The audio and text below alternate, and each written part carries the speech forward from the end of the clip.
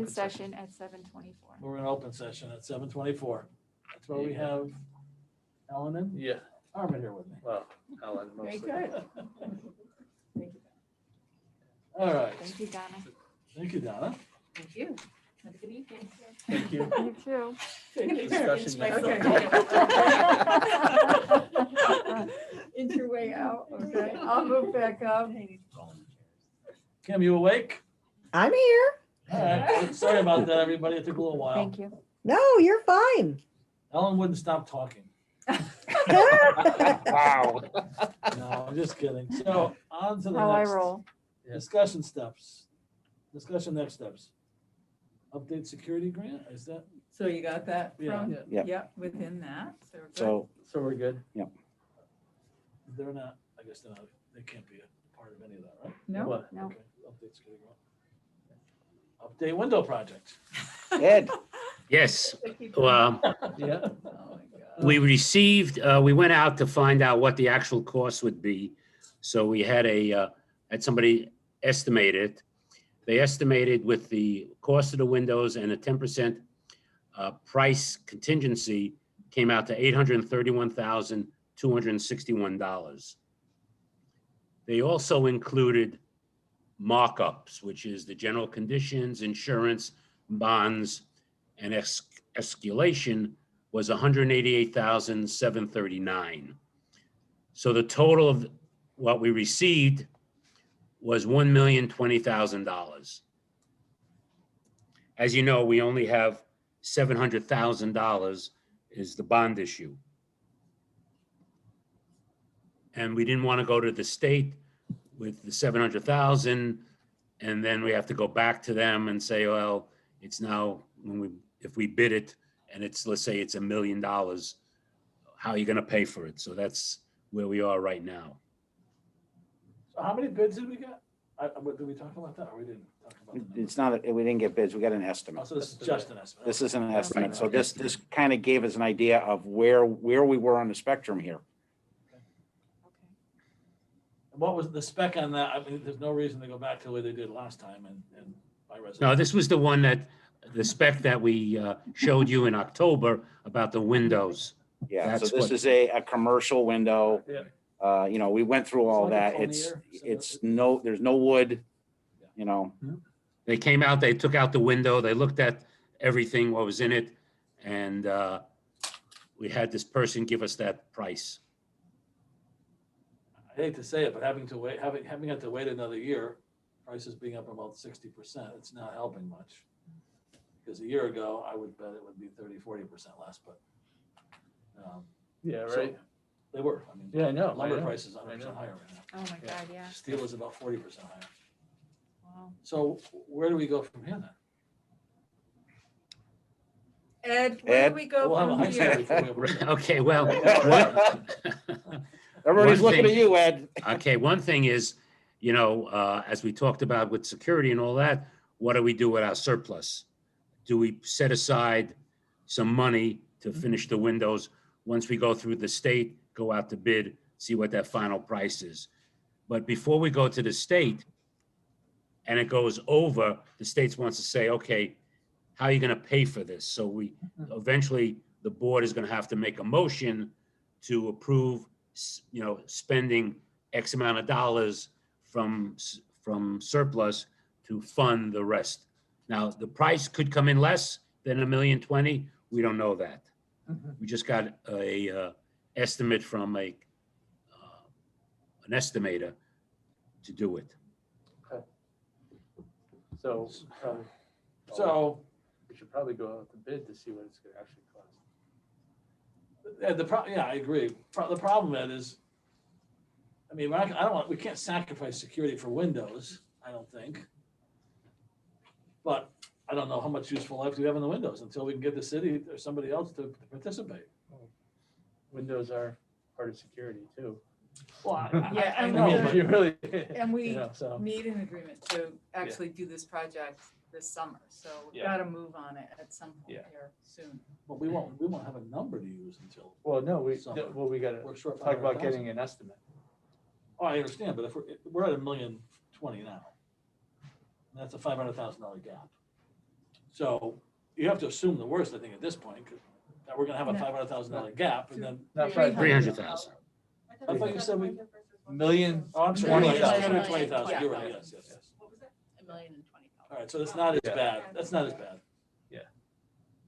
So, I don't know how we make it up, but that's not. my- well, I mean, if we have a surplus, Ed is right, that maybe we can say that we're gonna use the surplus to pay the difference if we need to. It's Depending on definitely the a hard, estimates. it's definitely a hard balance that you have to make when you're talking about security versus windows, because windows have as much of an impact on the building, not even talking from security, but just from an energy perspective. I mean, you know, there's windows up there where you can look outside. Oh, I know. The windows are falling out of the window. It's terrible. So We could, we could I don't save know in what- energy costs, which will help us fund our security projects. I There mean, you but I think go. that's been the problem with security all along. Yeah, it keeps getting. Right, The security yeah. can keeps getting kicked down the road. I don't know, Fiona, you talked about going to the Board of Finance in executive session. I mean, can we declare an emergency when it comes to security? Just like when they ask for an extra truck or an extra vehicle. I mean, is that an option or is that not an option? And how do you turn down security? Well, I mean, we couldn't talk about the windows in executive session, but I mean, we could attempt to go and say, when this was originally bid with the construction costs and then having this project pushed back, the difference way off. I would like to do that, but I don't know if anybody else would. I mean, it can't hurt, but maybe it can hurt. But we gotta have a backup plan too. Correct. We'll And we decide have as to have a board, solid yeah. number. You know, so we have to have estimates in front of us to say it's gonna, you know, an actual bid saying that this is how much it's gonna cost. One of however many bids come through, right? I mean, this is an estimate. I don't know. I think if we can have a meeting, I mean, you can use an estimate to give them a degree of Additionally, on an occasion, this of a gap. And I would say to the Board of Finance, how do you look at this? We need the money, and how do we overcome it? And if we had done this last year, the gap probably would have been zero. But And I'm then, not exaggerating, we just bought 2 buildings of steel But then- and wood, and they're almost 100% higher. but if we have a surplus, they're gonna say use the surplus to pay for it. Well, The no, other, no. So I'm- just the kind other, of, the other thought that we could do, I'm just thinking out loud, is that we go to the state to make sure that we get the grant, we show them it costs 700,000, and then we go out to bid and we have the final price. Now, that final price could be 800,000, it could be $1 million. I think then we have a better chance, I'm just saying, to go to the Board of Finance, say, hey, this is the final price. Right. Will you help us or something? Right. I'm just, yeah. And I I think, agree, I Yes, think, Fiona. I agree. Let's- I totally agree. Fiona had her hand up. yeah, just so they held off bonding out for the high school piece, so maybe that is the better option, and then we go with the full amount that we need, one exact number. Mhm. Right. And we'll actually know, because there'll be actual bids, and we'll actually know how much it's gonna cost. I mean, the problem with doing anything this time of year during our budget cycle is if we get it here, we're gonna lose it over here. So I think we just have to realize that. You know, and the other thing, and I don't wanna, I'm glad I'm not in the room, but you know, we're talking about looking at capital expenditures for the school security, but I think we can't be complacent on any funding that we might need due to the pandemic to get all our kids up to where they are. So I think we really got to think about the surplus. Oh, no, I agree with you on that. I'm Yeah. just saying, you know, I'm looking at security as a more of an emergency funding situation, just like we need a SWAT vehicle during COVID or whatever else. Then this is not a normal year and we put off security for a decade or more. Yep. But, you know. Yes, Jess. Well, and Yep. because we'll receive, I mean, we're gonna receive other funding to help with COVID-related things, but the security things are not COVID-related things. Yeah, no, all I'm saying is the funding going to be enough. Right, No, I can exactly, tell you no. yeah. I can tell you that one right now. so let's, go ahead, sorry. So then what you're really asking is perhaps bringing this to the full board for discussion. If that's the next step, sure, yes. So I guess what I'm really thinking is if we really feel so strongly about security, which I think the most of us do, and these things aren't in the grant that we're waiting to hear on, then maybe when we submit our operating, we revise our capital to include the things that we think are urgent. Yeah, I think that's something John suggested too, but I agree. And Sue, what are your thoughts? Well, we've really been focused in on operational because I'm presenting that next Wednesday. So that's gonna be that was the big push because capital has to be turned in December. Yep. So it would be great to have these security measures, but we also have so many needs. I mean, we have the windows, we don't, I agree, definitely, we've got to get a finite number. Because right now we are working in an estimate, so let's get something that's tangible that we know what we're really working with. And then in a couple of months, we'll have a better sense. Like I said, February is really early to start looking at surplus. And like John put the kibosh and the disaster in our heads. I'm sorry. But, you know, I mean, you're talking special ed or whatever else happens with buildings or weather or anything else. It's still early. So I don't like to spend the money before we're there and it's like, oh, okay, it's maybe just a month before. So it's really tough to do this. I'm not saying it's not needed. I totally, absolutely agree with you.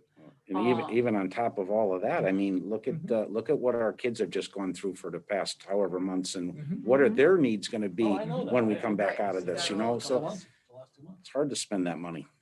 Yeah, so we're talking about a multiplicity of needs. So that's where I'm coming from. And I think, Yes, you know, we'll understand more after you go through your Right. budget next week, because I think right now, just hearing the one side, obviously that's where our focus is. When you go through the details of everything else, we can look Right, at get it a bigger picture. holistically. Yeah, and it makes understand. sense. Yeah, totally.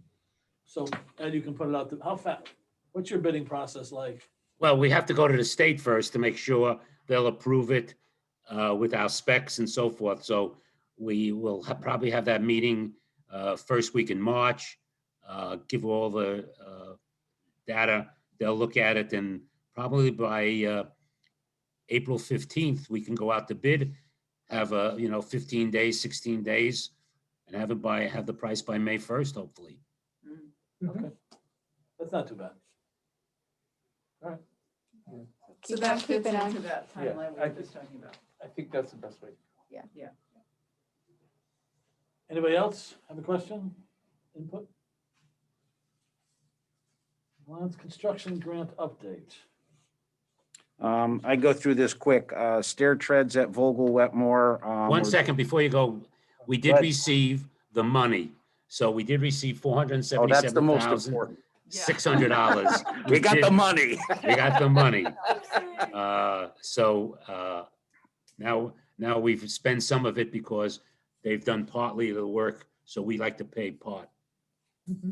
So Vogel Wetmore, the stair treads are on order and probably in transit now for the remainder of the treads. So that we put in what we had, which was 118, I believe, Ed? Correct. That's what it was, 118.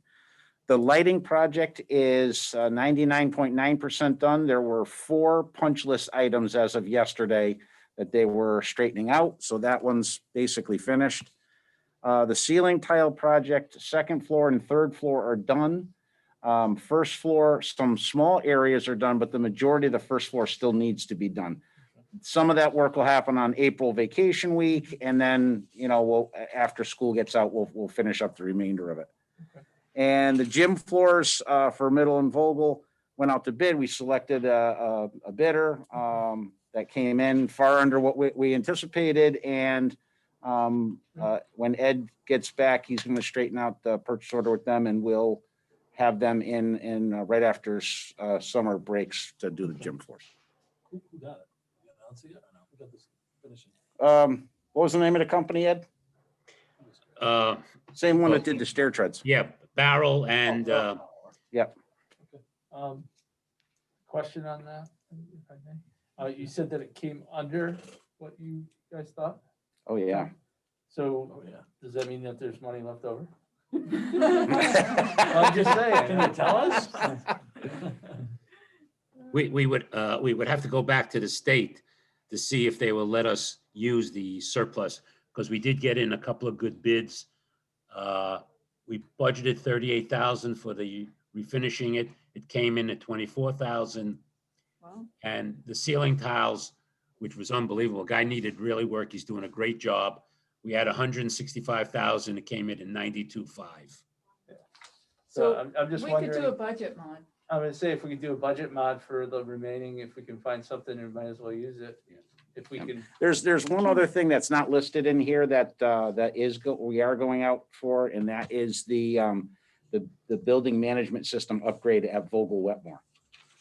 So that's another one of those systems that's on an old computer, and okay. that one there, I'm in discussions with the contractor now on some finalizations, and they're ready to go on that. For the ceiling tile project, can you get like ceiling tiles to have on hand for when one needs to be replaced or what have you? Yeah, as part of the spec, we told them that they had to provide us with attic stuff. And that's still, and they still came under? Mhm. Yeah. Oh, yeah, Okay. totally. Can you get more stock? I don't know if I need that much more stock, Well, but yeah. Might not be okay. it's actually, the ceiling tile that we picked is a very, very common tile. So it's not something special that we have to go out and find specially. We can get it just about anywhere. Is it used in other schools? Oh, yes. So We you can like get that. more. Yeah, we like uniformity. Just saying, you could get more for other schools.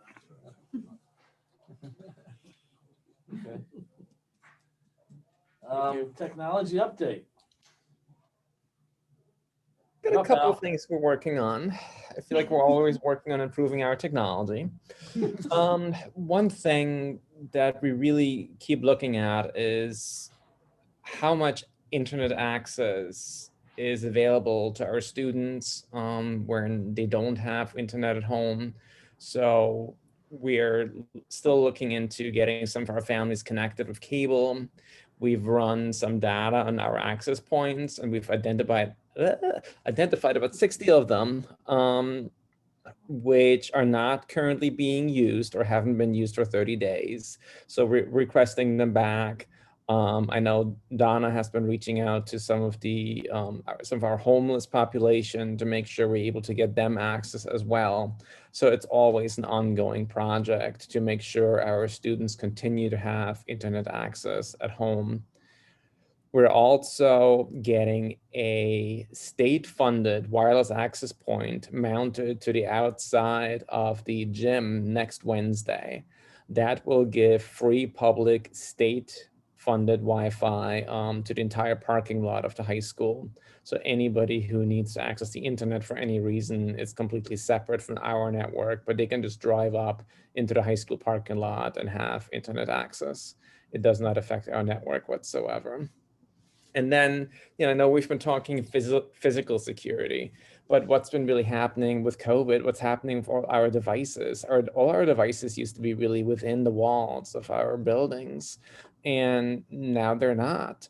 So we really have this broad range of internet security and IT security and data security that we have to worry about. And these devices travel from a home to a public access back into our building, just like COVID. What do these things pick up if they're not even ours and they come back into the building? So we're in the process of reviewing different types of network security countermeasures against any type of malware or ransomware, because we don't want to fall into that category where all of a sudden we have something going on in our network that we don't know about. So I'm working on a project to find a way to proactively mitigate any type of ransomware attack and catch it in real time. Allie, just one question about the internet in the parking lot. Mm-hmm. How do is that going to be restricted in any way in terms of hours, or how do we control who's in the parking lot? Or is it just for students? It is for anybody. It is the public access point that the state provides. Should we have any terms of time concerns, then we can certainly ask the state to put a cap on it in terms of the hours. Why- Yes, go ahead, Nick. How did the high school parking lot get chosen for that? Was the biggest public space, and it was the state that came to us and chose that location. It had to be within a couple of 100 feet of our handoff from the state network, and the high school is the only location that had that. I'm just thinking about people parked overnight using internet that don't go to school here. I'm thinking of all the bad things that can happen. Because we don't have. It would have to be it would have to be, outside of school hours, and should we find any sort of issues, we will ask the state to put limitations on it. After 12 months of the state-funded usage, that device and access to it will migrate to our own network, and then we can essentially control it ourselves. Yes, go How ahead. would anyone know that it's there? That's what we're talking about now. Well, I know, but I think. But I mean- The first, my opinion, as soon as one kid knows about it, everybody's gonna know about it. I think It's true. I mean, we That's can. what I that's mean. the I mean, idea. I mean, but as it goes from one person to the next, Yeah. Right, so And- we Put let parameters them- around it and let the, Okay. let the public know what our, I guess, parameters are for that type of use. It can't interfere with school and would And a have to be high schooler- outside school hours. And a high schooler might need it because they don't have access at home and they can be there and do their work. Right. I'm not looking saying- at the I don't good have a- side. Yeah, no, I know, there's a great side to it. I'm just saying, we spent 3 hours talking about security. I know. And now we're I opening the know. doors up to the whole town. Well, That was Go ahead, yeah. Susan. literally my first thought, was having random adults sitting in cars outside of a school building. Right, yeah. And, But the police, don't they? well, you're gonna They have to ask. monitor. you certainly have to have Monitor, yeah, control They over it, can't like. you know. go No, off I grid. know. I'm not so much worried about the nighttime. I'm worried about the daytime. Like if someone is Yeah. sitting in the parking lot at 1 a.m. using the public internet, like that, it doesn't really bother me that much. Like there's no kids in the building. It's during the school hours, or especially when Right. kids are entering and leaving the building, that would worry me. That's what I thought too. Yeah, exactly. Yeah, if any of that becomes an issue, we'll put restrictions on it so that during school hours, they won't be able to use it, because anybody who is in school during school hours, they have internet within the building. You may need to come up with a procedure for that. That's Yes, right. John. Our jargon, we're gonna have it down. My question is, where's the electricity coming from to power this? The electricity is powered through one of our data closets. You don't have to, on any type of current access point, you do not have to run electric wire. It gets plugged into one of our switches. It runs 45 watts, probably costs about 80 cents per year to run. Well, we could throw the switch if we didn't like having I it. can throw the switch remotely, absolutely. Elias power.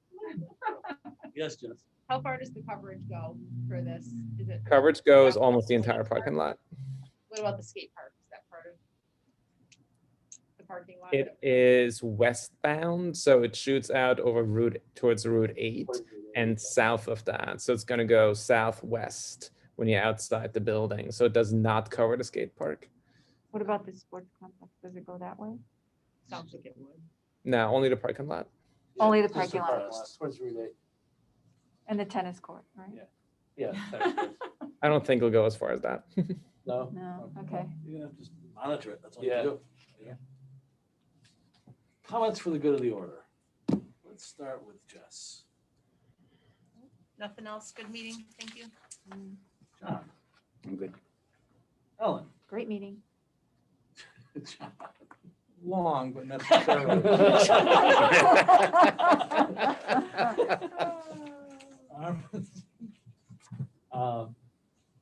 It's a good meeting, thanks. I just want to thank John and Donna and Ed for sharing, Yeah. but And Ally. especially John, and yes, and Ally always, for, informing us and bringing all this information and framing the discussion. Nikki, Yes, thank you. Ed Corey,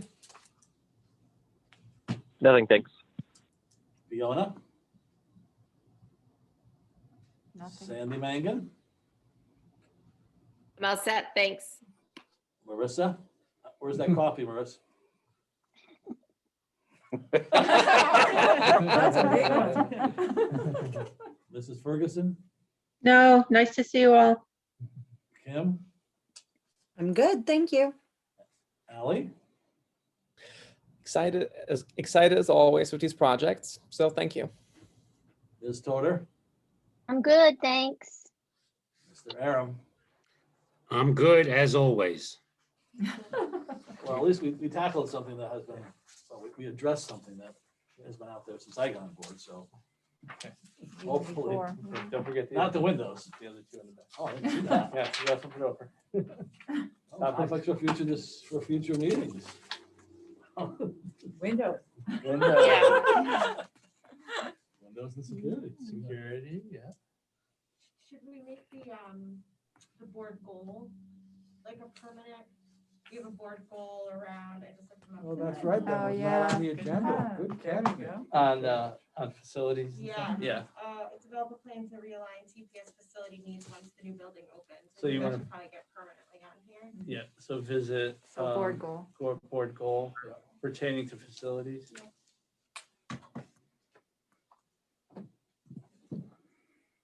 Anything else? Let's see what we can. Keep the Alliance grants in there. Yeah, the alliance. Till we wrap them up. grants. Because those are I the thought they people- just rolled forward. Okay. Well, you gotta say it's your role. And technology. And tech update, Yeah. It's okay.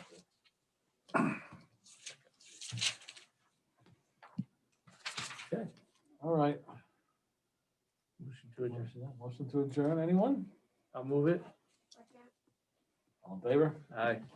It's 7:51. Well, under that thought, but February 17th, 2021 at 7:54 PM. Thank you, Gary, for that. 7:54 PM. Roll call. Mr. Toledo. Capiano. How are you? Well, Mr. Corey, are you there? Still? I'm here. Fanier, teacher representative. It's hard to hear you, Armand, from, Do you want to sit here? Wait, do you want to? From Granby, Jason, right? yes, from Granby. It's hard to hear you from Granby. Thanks for your email today, Sue.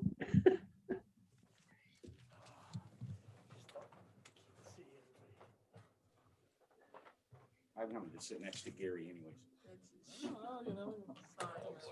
It's okay. Okay. That's better. Thank you. You're welcome. So we got everybody?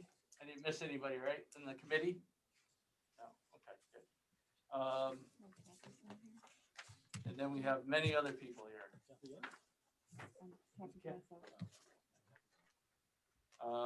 Approval of the agenda.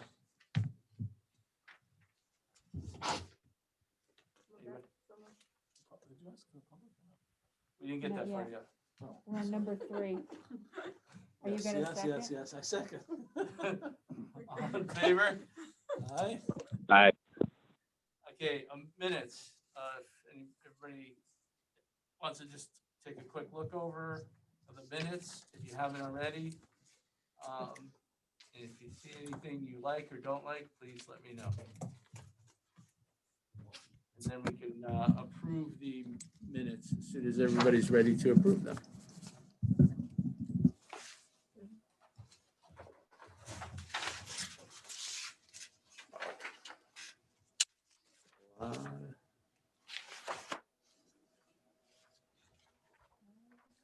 Mm-hmm.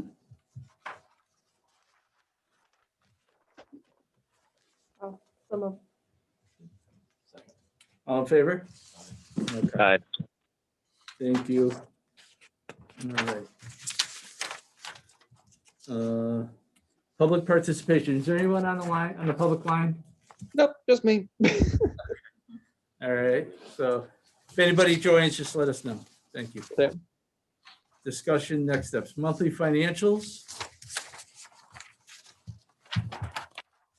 Mr. Aaron? You there? Yeah, you're muted, Ed. You're muted. Okay. That's why my wife says sometimes, why don't you mute yourself? So I don't think it's in the right order. So what I'm looking at is probably on page 8. The 2021 budget analysis. After the COVID expenses. Yes. Yeah. 2-page. So if you look at as of January 31st, our surplus is $736,571. Last month, it was $714,000. So we picked up about $22,000 in surplus this month. Again, also on that page, and we'll go through when we hit the electricity and gas, we're proposing that we're going to have an additional surplus, which is included, surplus of $25,000 in each electricity and natural gas. Since we're at the 6-month point, if you just double what the next month is, the next 6 months gives us a little more than that, but I want to be conservative, and we can look at the next 2 months to see if it would be higher than 25,000. It probably will be, especially at the middle school, because the lights are in and the energy will start next month. So we'll be happy with that. But I just, as we go through the long figures on the energy and electricity and natural gas, you'll see that the 6 months total, if you double it, gives us about $50,000 each. I just put in $25,000. The next page would be the special ed tuition. We're still under our budget. It did increase this month. Our total is $10,661,816. Last month it was $10,648,000. So we only went up like about $19,000. So we appreciate everything that special ed is doing. They're keeping us in the black. The next page is the out-of-district tuition. Just looking at that again. Remember, on the first line, special ed out-of-district, it's 92, but some of those were doubled because they could have been in American School for the Deaf, and then they went to another school. So we had to count them twice because we're paying them, one at one school and one at the other. So that's how we count the number of kids, because of how much we pay for each school. You can see that expulsion is down, DCF placements is down, court and detention is way down, exploration is down, and so is the magnet schools and VOAG. So you can see 436 children last year. We have 375 this year. So, and then you see OWTS is down by 10 students. And on the bottom, you can see what the actual was in the last 2 years and where do we stand now. Last year, again, the actual was 10,913,000. We're down to 10,600,000. So $300,000 down so far in 6 months. Remember, we encumber everything for the whole year. During the year, somebody leaves, that will show the difference. The next one is transportation.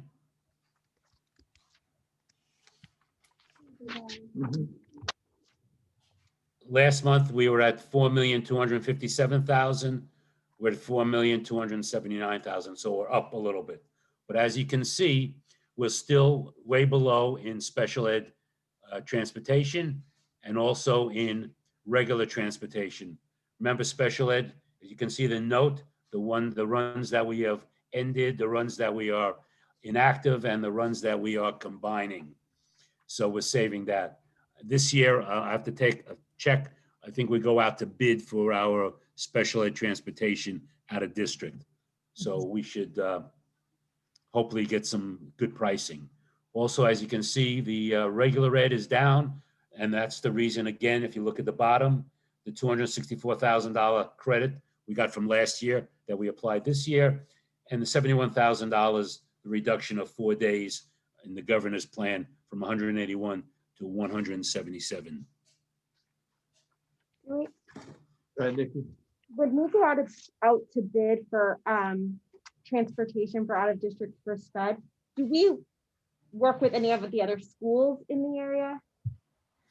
If we can, we do.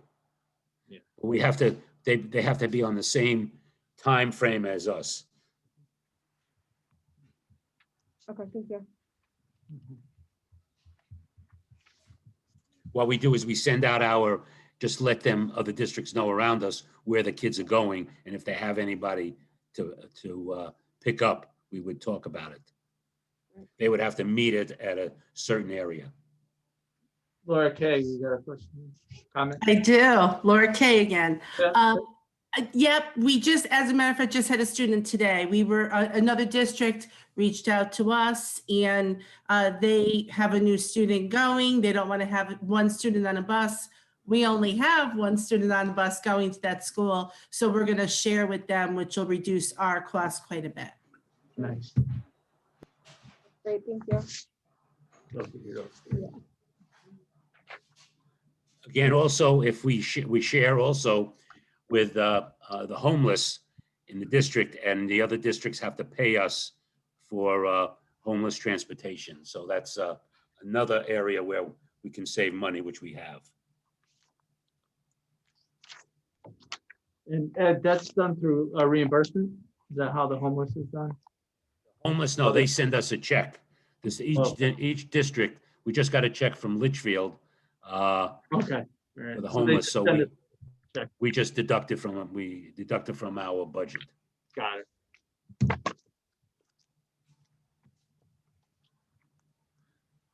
The next one is any questions on any of those yet? The next one is our Kelly Services.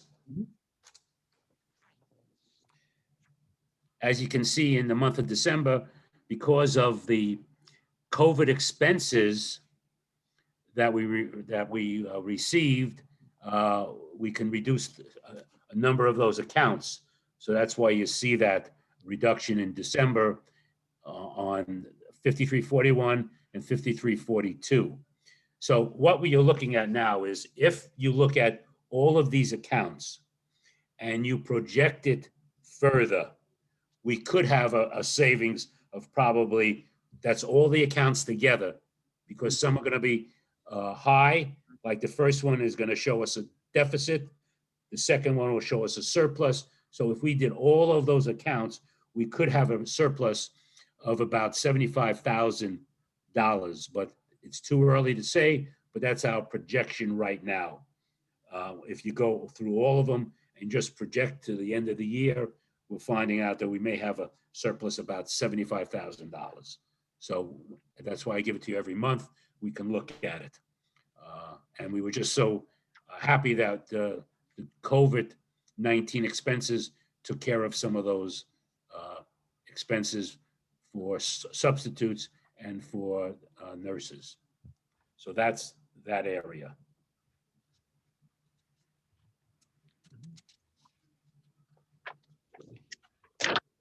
The next one is the electricity. Again, if you took the 401, which is 6 months, double it, that would be 803, and we budgeted 850. I'm only saying that we're going to spend 825, so we could have another surplus of 25,000. So if you look at the last page, it's off, but there it is. 401 is what we spent for 6 months. You double it, 802, 803 really, and we're at 850. So we're going to look at that. That's why we projected only $25,000 right now. The next one is gas. Again, if you look at the last page, we spent $150,000, 221 in 6 months. If If you double that, that's 300,000.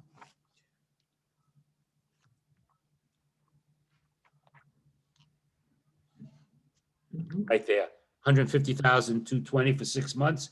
Double that, it's 300,000, 442. That's again, 350,000, that's $50,000 savings. We only put in $25,000 savings to see where we are for the next month. Also, what John has done during those cold weekends, we switched some of the schools to to fuel oil and save money on gas. So that's one thing. Appreciate John did that during the cold months. That's all I have on the financials. No, I'm just talking. Okay.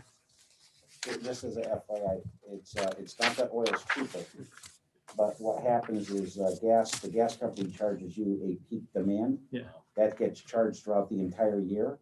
So if we can reduce the peak demand, then we actually are reducing the cost throughout the entire year. That's why we choose to go on oil on those days.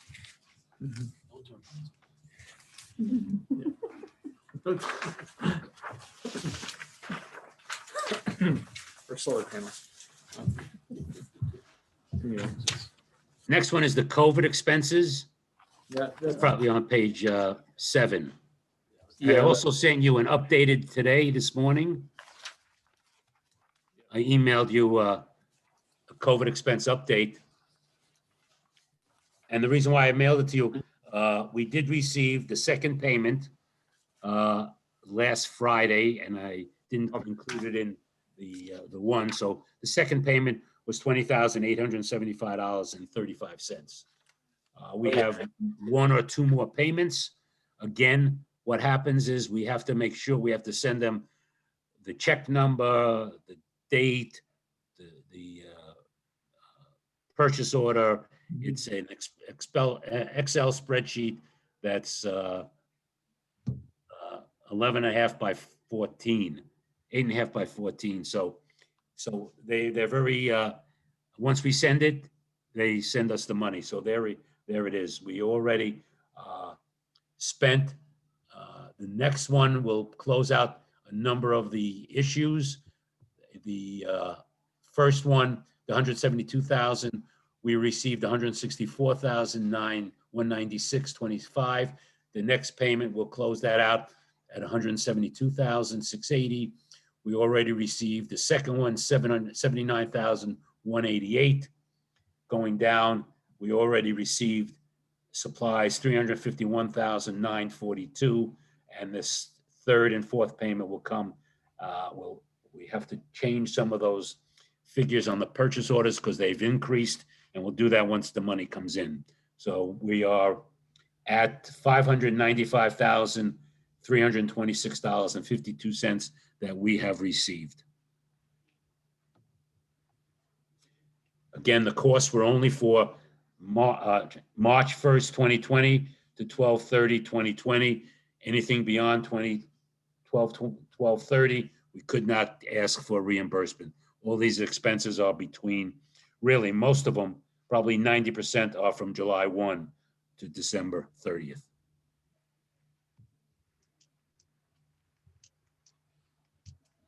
Mr. Lafreniere. Some people have asked, especially with the return to full in-person, we have special ed teachers who are co-teaching in regular ed classes, and they do not have the luxury of being behind a desk with plexiglass. I personally travel with a cart that I've secured with my laptop sitting on it, and other than my face mask, there's no protection other than the face mask. What other protection is there possible for those co-teachers who are going to be out in the classroom amongst all of the students, not having a desk and a plexi shield to be behind? Is there something that we can look into that will, I mean, besides the face shields, which I know we have those, but I've tried them and they're mediocre at best. Jason, we've been doing the co-teaching at the elementary, so we'll look to them to be our models. So we'll talk with them before we actually do the rollout. That's been very, very successful at the elementary level.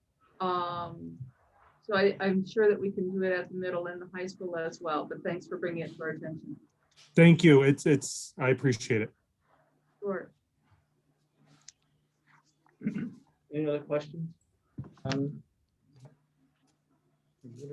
Okay.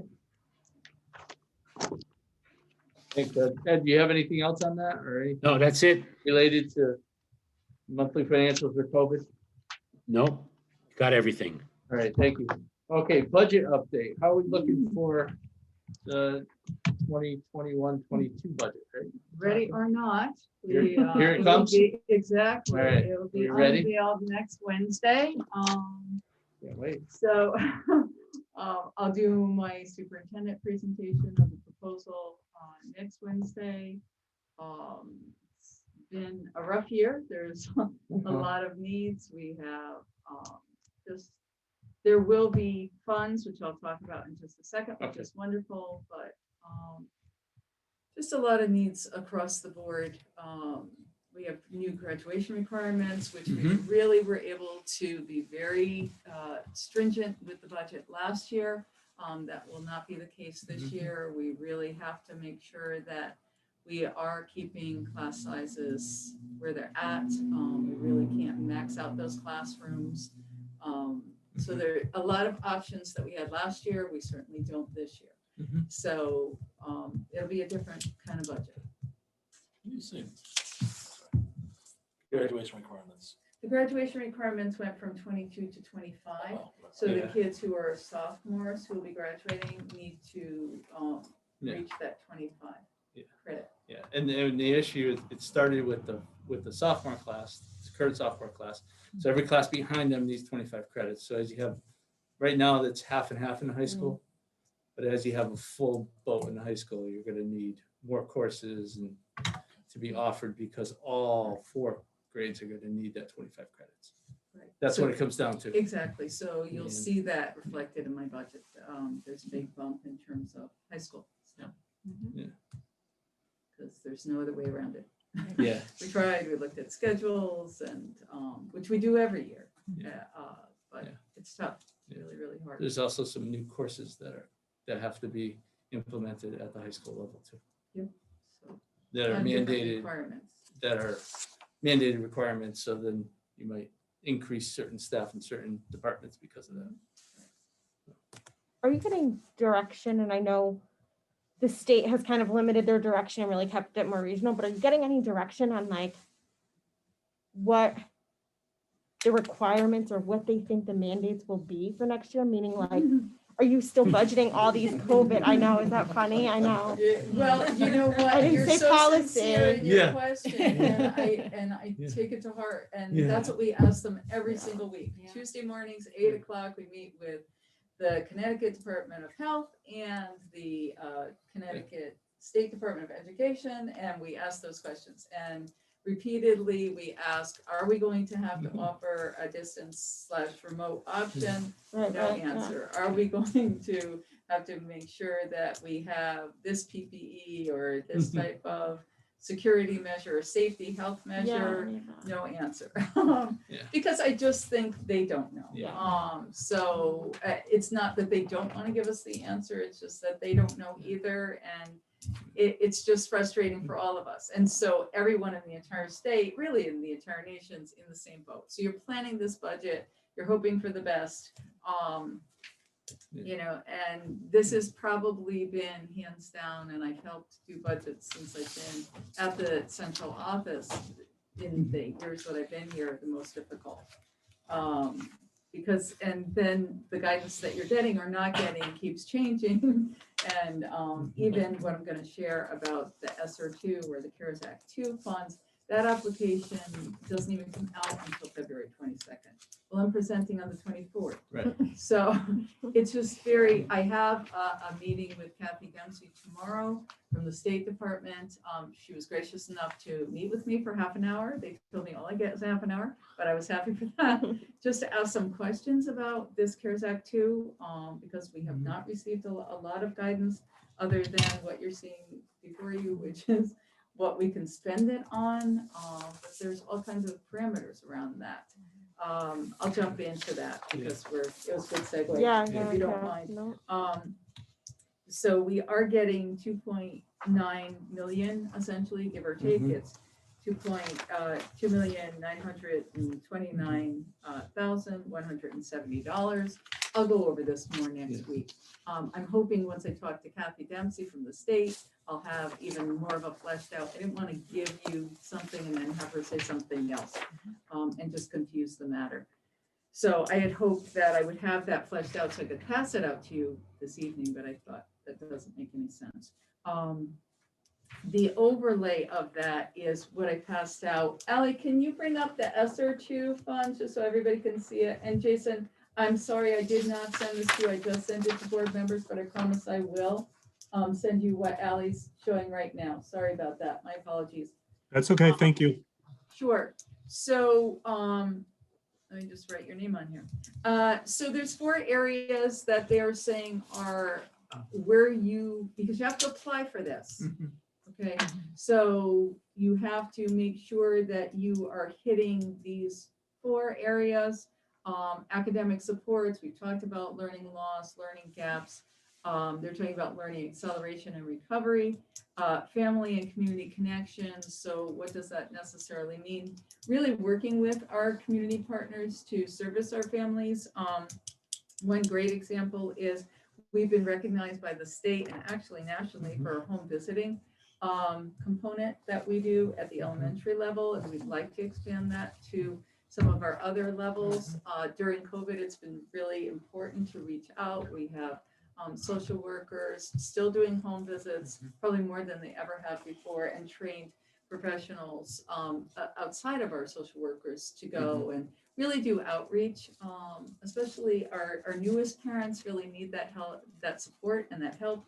Paula Gayeski's really been instrumental in developing this program. So you'll see some of that in this funding that we're talking about. And the other piece for parents that's been really huge, and it goes along with the last one as well, which is the remote learning and the digital divide. A lot of our families, parents were unaware of how to use devices or just had questions. And how do you use your device for learning, which is really difficult. So ensuring that we have enough tech support at each building, but we are also feeling, especially at the elementary level, we don't have a library media specialist for each grade. In the 4 or 5, they actually do a split. So that's another proposal that I'm putting into this so that that person can not only be a support for the students, but also for the parents and the families as well, to really give them some resources on a regular basis. And Allie and her folks have really been instrumental as we've gone through this process in terms of giving supports to our staff and to our students as we've gone through this crazy, crazy time. So school safety, emotional well-being of the whole student and the school staff, making sure that we do have mental health supports on both of those levels. Kim has done an excellent job, even before COVID, she did in terms of wellness, but during COVID, she's really made sure, stepped up, gotten more supports out there, even though we have to do it at a distance to really make sure that our staff also have resources and know what's out there for their mental health support. Within my ESSER2 or CARES Act 2, I also put in a BCBA or a certified behaviorist. I was thinking of you, right? Okay. No, not that you need one. Just No, I know. always tell me don't talk in acronyms, right? So a behaviorist. I'm teasing you. A certified behaviorist for grades 6 through 12. No. You're not mean anything. I'm teasing you because of the acronyms. So anyway, grades 6 through 12, I think it's important Laura really pushed last year to ensure that we had a certified behaviorist at the elementary level, and then at the 6 through 12, there's certainly just as much of a need, if not more, when our kids have been out of school for such a long period of time, and making sure that they have those supports. So we're really trying to pull that together. We will be doing a variety of different programs and interventions, and we are very fortunate to have Alliance money. So we're going to start with Alliance money, then we'll get the CARES Act too, so kind of transition. We're very fortunate to have that, but we know that we have the Alliance money in hand. I don't like to spend it until I know I have it. And then, so really doing intervention during the school day when we have the students there, during wind block, that's already built in, grade 6 through K through 8. And then also making sure that we build into the schedule at the high school level during that time for students who are lagging behind or missing assignments, so that they also have a portion of the time. And it might even be a lunchtime where they're working on whatever their assignments are. And after school, Saturday school, particularly for our 6th through 12th grade students, so that we can help with those gaps. That's definitely in the March to June program. That's through Alliance. But to get back to CARES Act, we can do all of those things. Plus, obviously, summer school, looking at some interventionists, looking at some coaches to really support our teachers during this time. And then starting to look at some alternate program options for our 8th to 9th graders who have such huge gaps that they cannot catch up in this time. And then again, making sure that students in the high school who are really, we've got huge gaps, we also have an alternative program there.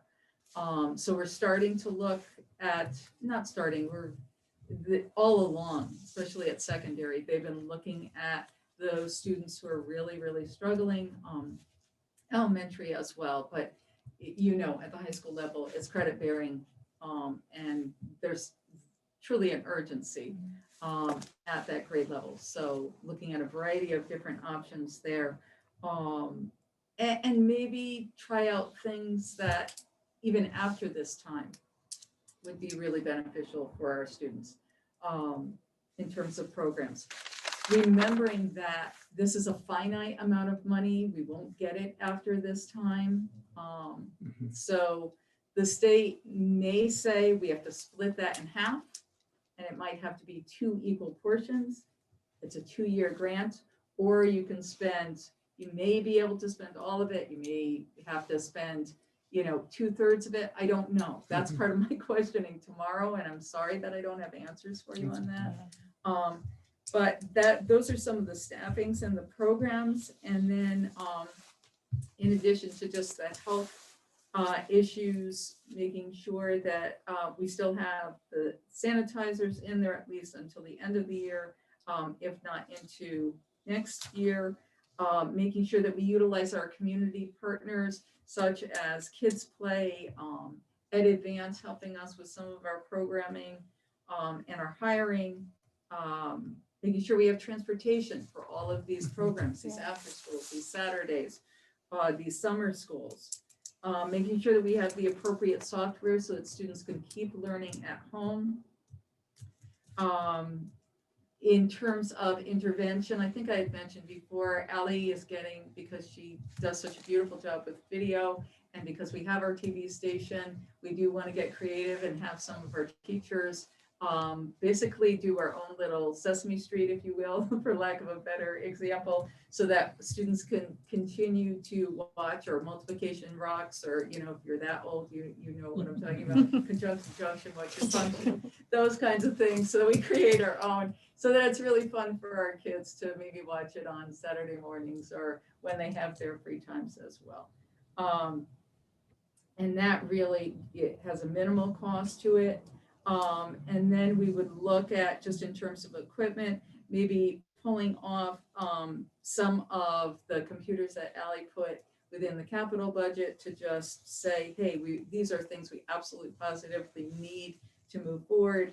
We definitely need our robotics computers for one of our classes and the interactive display monitors that are dying within our classroom, because for our students who are sitting there and they're trying to be interactive with the technology, it's very, very difficult. Ally can certainly speak to that. Yeah, I always thought it was my glasses, but it wasn't.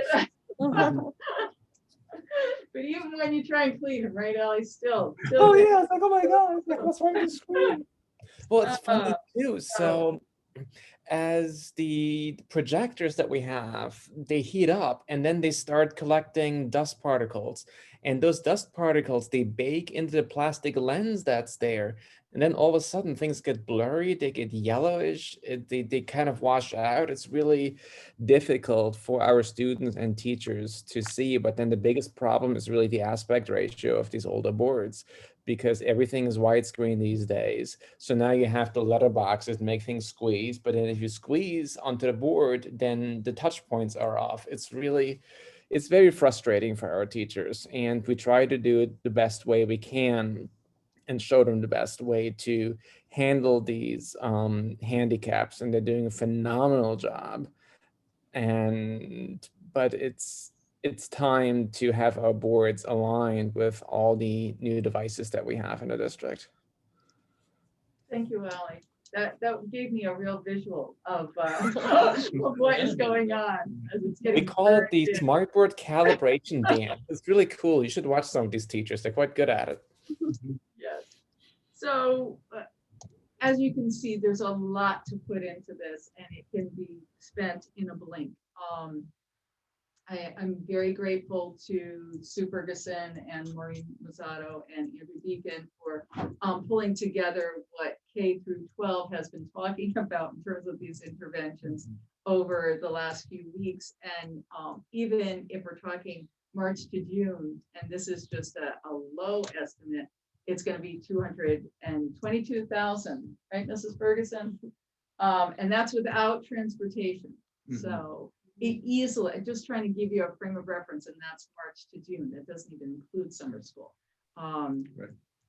And hopefully we will get staff who are willing to be there and to support our students with that. I know it's been a really, really rough year and people are very tired as well. So that's why we're hoping maybe Ed Advance can help us and be a partner with us. Some of our folks that work with us in Kids Play, maybe the library would like to help us too. But we will reach out to some folks as well within the community, which will be great. So that's part of the ESSER. Like I said, next week I'm really hoping, actually tomorrow, I'll get more solid information and be able to share that when I share the budget.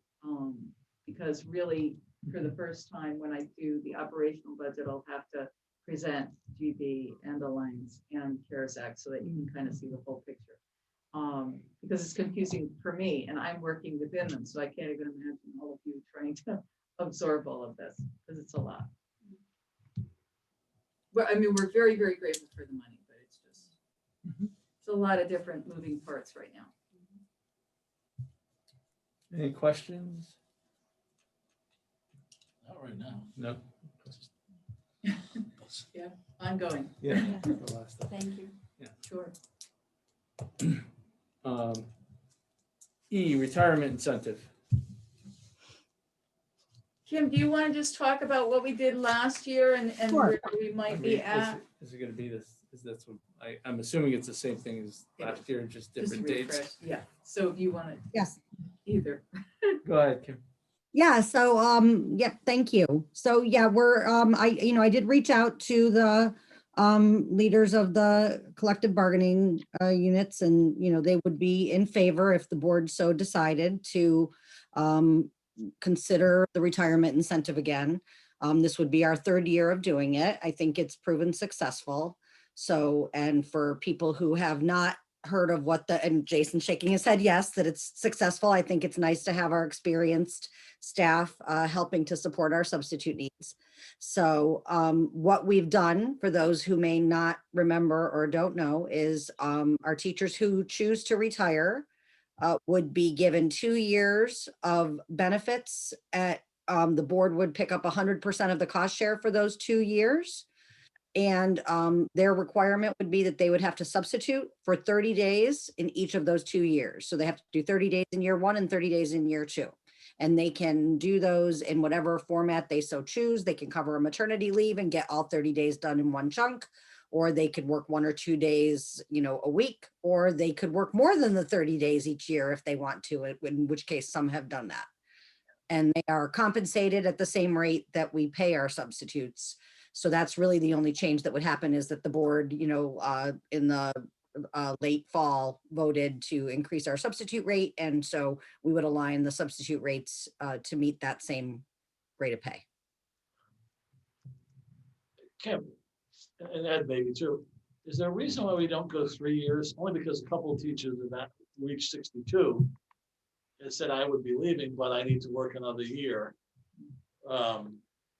I don't know the numbers. I think we break even, or it doesn't cost us anything, but is there a reason why we wouldn't go 3? Because 62 is. I think that's a Board of Ed decision. I think it's been successful. So I think, if Ed could support the financial piece of it, I would look to Ed if there's any financial implication there. No, I think we took the 2 years because we looked at the people who were retiring and they only needed 2 years at the time. And so there's no cost to go to 3. I mean, No cost. I think it's something to consider. People have asked me. Okay, thank you. Jason? I just do want to reiterate or verbalize my head shaking. It has been an awesome opportunity. And as we're going into next year, as we're looking at trying to fill gaps that have occurred over this last year, these retirees could either be used as possibly tutors or other types of situations. And so we could even expand that beyond. But I just really want to say that it has been awesome to have those people who are familiar with our buildings. The only thing that I would ask is that if teachers were provided with a list of those teachers and possibly ways to get in touch with them so that we can help them to fulfill their 30 days, and instead of playing the substitute roulette where we put it into Kelly and not sure who we're going to get. So that would be my only suggestion, is that we somehow circulate who those teachers are and where they would be willing to fill in so that we can access them. Sure. Great suggestion. Thank you.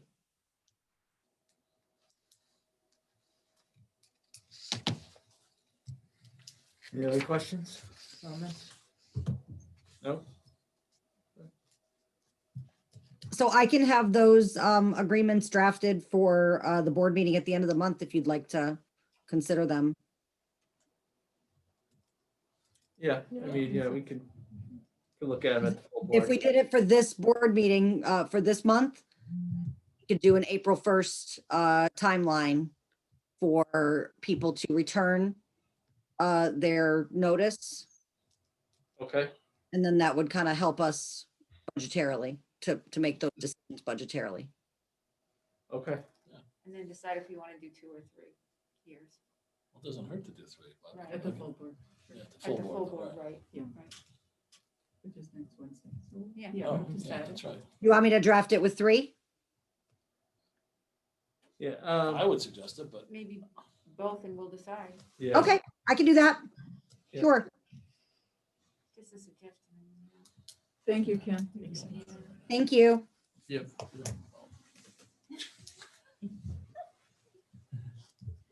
right. Any other questions? Comments? Okay. Topics for future meetings. How about comments first? Oh, I'm sorry, comments for good of the order. thank you. I wish that was switched. I like topics first. then comments. That would make sense to me too. Yeah. Sorry, You can do whatever you want, it's your meeting. just the way Yeah, my you brain can works. switch Comments? I'm all set, thank you. Great meeting. Made up a lot of time. Good. Concur with John. Super Cooper back there? I think everyone's doing a great job. Thank you. Thank you, Cooper, for being here this evening. Yes, I'm all good. Oh, Jess, we'll go Jess and then we'll. Ms. Harrell? I'm good. Mr. Aaron? Good. Ms. Schulte? I'm good, thank you. Ms. Captain Bianca? Laura Kay? I'm all set. All right. Mr. Leffinier? All set, thank you. You're welcome. Ms. Ferguson? All set, thanks. Mr. Corey? All good here. Thank you. All right. Marissa? I'm good, thanks. Still drinking our coffee. Yeah, how's the coffee? Topics for future meetings.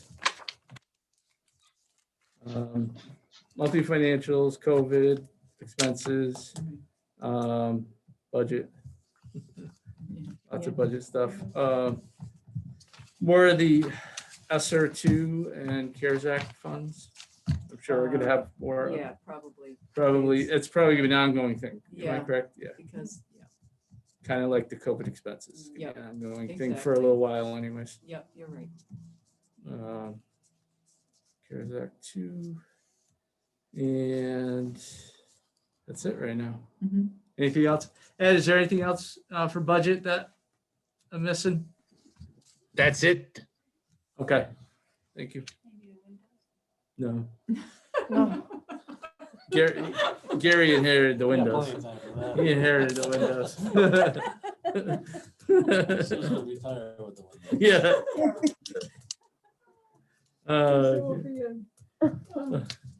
Oh, man. Okay. Motion to, is there a motion to adjourn? Second. All in favor? Aye. Aye. Nikki Thank you, and Gary, everyone. 8:38, Marissa. 8:38.